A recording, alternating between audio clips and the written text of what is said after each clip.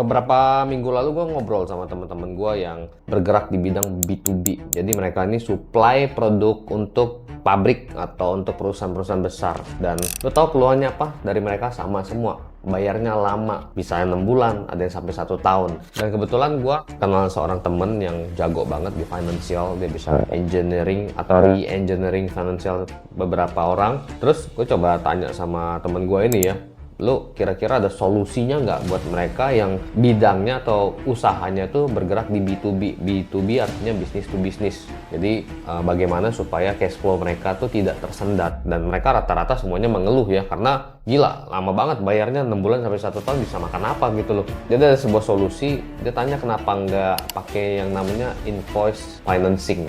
Invoice financing ini gue baru denger ya. Biasanya kan financing itu harus berupa aset. Nah, ini lucunya invoice itu dianggap sebagai sebuah aset juga yang memiliki nilai. Jadi lu bisa bawa invoicing itu ke bank atau lembaga keuangan yang percaya bahwa tagihan tersebut akan dibayar oleh klien yang kamu kerjasamakan di masa mendatang. Jadi cara kerja simpelnya itu kayak gini. Kamu serahin salinan invoice yang belum dibayar ke bank-bank atau lembaga keuangan di tempat klien kalian itu juga simpan uangnya. Nah, terus nanti bank itu akan memverifikasi keabsahan invoice dan kredibilitas perusahaan yang akan membayar tagihan tersebut. Jadi bank ini akan memberikan dana kepada kamu sebagai yang diutangin sama perusahaan itu, biasanya ya sebesar 80-90% dari nilai invoice. Jadi kalau ketika klien kamu akhirnya bayar tagihan, dana tersebut tuh langsung kepotong untuk ngelunasin pinjaman kamu di bank. Jadi kamu bisa dapat selisih dari keuntungan itu sih sebetulnya. Ya termasuk bunga dan biaya administrasi macam-macam lah. Intinya kalau masih untungnya lebih dari itu, kamu bisa pakai invoice financing. Nah, manfaat invoice financingnya apa sebenarnya? Ya tadi, mengatasi cash flow yang stuck. Jadi kamu bisa dapat dana segar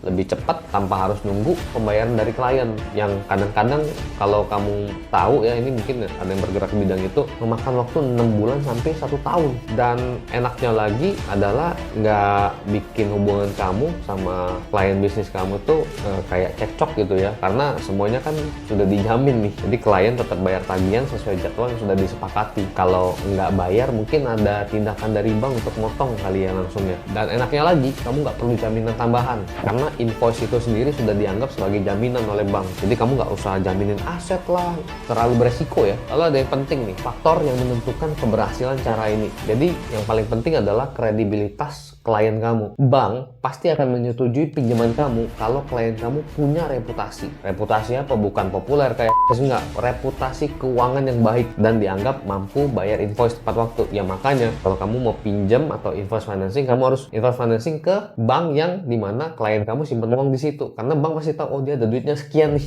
Jadi kalau kamu minjam dari bank yang sama dengan bank tempat klien menyimpan uang, prosesnya tuh seharusnya ya bisa lebih cepat satu dan bisa lebih lancar. Karena sudah memahami arus kas klien yang kamu kerjasamakan. Kembali lagi nih yang penting, biaya bunga dan bunga pinjaman.